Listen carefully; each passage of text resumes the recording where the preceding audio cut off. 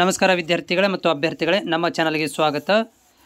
ಈ ವಿಡಿಯೋದಲ್ಲಿ ಅತಿಥಿ ಉಪನ್ಯಾಸಕರ ಏನು ಒಂದು ಭರ್ತಿ ಮಾಡ್ಕೊಳ್ಳಿಕ್ಕೆ ಒಂದು ಆನ್ಲೈನ್ ಅಪ್ಲಿಕೇಶನ್ಗಳನ್ನು ನಿನ್ನೆಗೆ ಕ್ಲೋಸ್ ಮಾಡಿದ್ರು. ಆ್ಯಸ್ ಪರ್ ದ ಸ್ಕೆಡ್ಯೂಲ್ ಪ್ರಕಾರ, ಆ್ಯಸ್ ಪರ್ ದ ಒಂದು ವೇಳಾಪಟ್ಟಿಯ ಪ್ರಕಾರ ಇವತ್ತು ಏನಂತಂದರೆ ನಿಮ್ಮಗಳಿಗೆ ಸೊ ಆನ್ಲೈನ್ ಎಡಿಟಿಂಗ್ ಮಾಡ್ಕೊಳ್ಳಿಕ್ಕೆ ಮತ್ತು ಮೆರಿಟ್ ಪಟ್ಟಿಯನ್ನು ಬಿಡುಗಡೆ ಮಾಡಬೇಕಾಗಿತ್ತು. ಸೊ ಮೆರಿಟ್ ಪಟ್ಟಿಯನ್ನು ಯಾಕಂದರೆ ಅವರ ಸ್ಕೆಡ್ಯೂಲ್ ಪ್ರಕಾರ ಏನು ಹೇಳಿದಾರೆ ಅಂತಂದರೆ ಇವತ್ತು 4ನೇ ತಾರೀಕಿಗೆ ನಾವು ಅಭ್ಯರ್ಥಿಗಳ ಮೆರಿಟ್ ಪಟ್ಟಿಯನ್ನು ಬಿಡುಗಡೆ ಮಾಡ್ತೇವೆ.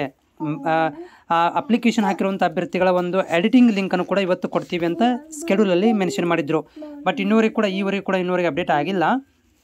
ಓಕೆ, ಸೊ ಇವೊಂದು ಕೂಡ ನೀವು ಏನಪ್ಪ ಅಂತಂದರೆ ಎಡಿಟಿಂಗ್ ಲಿಂಕನ್ನು ಕೂಡ ಇಲ್ಲಿ ಆಲ್ರೆಡಿ ಬಿಟ್ಟಿದ್ದಾರೆ. ಬಟ್ ಎಡಿಟಿಂಗ್ ಲಿಂಕ್ ಓಪನ್ ಇದೆ ಯಾವಾಗಲೂ ಕೂಡ. ಆದರೆ ಮೆರಿಟ್ ಪಟ್ಟಿಯನ್ನು ಬಿಡುಗಡೆ ಮಾಡಬೇಕಾಗಿದೆ.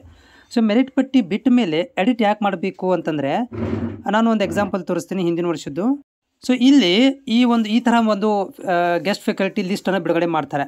ಸೊ ಈ ಒಂದು ಗೆಸ್ಟ್ ಫ್ಯಾಕಲ್ಟಿಗಳ ಒಳಗಡೆ ಏನಿರುತ್ತೆ ಅಂತಂದರೆ, ಸೊ ಅಭ್ಯರ್ಥಿಗಳ ಒಂದು application number, name, cost, PG ಎದರಲ್ಲಿ ಮಾಡಿದ್ದಾರೆ, ಯಾವ ಸಬ್ಜೆಕ್ಟ್ ಇದೆ, ಓಕೆ, ಆಮೇಲೆ ಯಾವ ಒಂದು ಕಾಲೇಜಲ್ಲಿ ಇವ್ರಿಗೆ ಆಲ್ರೆಡಿ ವರ್ಕ್ ಮಾಡ್ತಾಯಿದ್ದಾರೆ, ಅವರ PhD SR ಎಲ್ಲನೂ ಕೂಡ ಇಲ್ಲಿ ನಿಮ್ಗಳಿಗೆ ಟೋಟಲ್ ಅಗ್ರಿಗೇಟ್ ಮಾರ್ಕ್ಸ್ಗಳನ್ನು ಕೊಟ್ಟಿದ್ದಾರೆ. ಎಲ್ಲವನ್ನು ಕನ್ಸಿಡರ್ ಮಾಡಿಕೊಂಡು ಇಲ್ಲಿ ನಿಮ್ಗೆ ಏನಾದರೂ ಇಲ್ಪ ನಾನು ಅಪ್ಲಿಕೇಶನ್ ಹಾಕಬೇಕಾದ್ರೆ ನಾನು ಯಾವುದೋ ಒಂದು ಮಿಸ್ ಮಾಡಿದ್ದೀನಿ, ಇದ್ದಿದ್ದು ನೋ ಅಂತ ಹಾಕಿದ್ದೀನಿ, ಅಥವಾ ನನ್ನ ಪರ್ಸೆಂಟೇಜ್ ಸ್ವಲ್ಪ ನನಗೆ ಕ್ಯಾಲ್ಕುಲೇಷನ್ ಮಾಡೋಕ್ಕೆ ಬಂದಿರಲಿಲ್ಲ, ತಪ್ಪಾಗಿದೆ.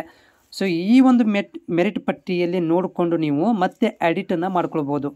ಅಂದರೆ ಎಡಿಟನ್ನು ಇವತ್ತಿಂದ ಬಿಡ್ತಾರೆ, ಇವತ್ತು ಮತ್ತು ಆ್ಯಸ್ ಪರ್ ಸ್ಕೆಡ್ಯೂಲ್ ಪ್ರಕಾರ. ಬಟ್ ಈ ಥರದಂಥ ಒಂದು ಮೆರಿಟ್ ಪಟ್ಟಿಯನ್ನು ಬಿಡಬೇಕಾಗಿದೆ. ಅವರು ಈ ಥರದ ಮೆರಿಟ್ ಪಟ್ಟಿಯನ್ನು ಬಿಡಬೇಕಾಗಿದೆ. ಇವತ್ತು ಬಿಡ್ತೀವಿ ಅಂತ ಹೇಳಿದ್ರು ಸ್ಕೆಡ್ಯೂಲ್ ಪ್ರಕಾರ. ಇನ್ನೂವರೆಗೆ ಬಿಟ್ಟಿಲ್ಲ. ಬಂದ ನಂತರ ಕೂಡ ನಾನು ಮಾಹಿತಿಯನ್ನು ಕೊಡ್ತೇನೆ.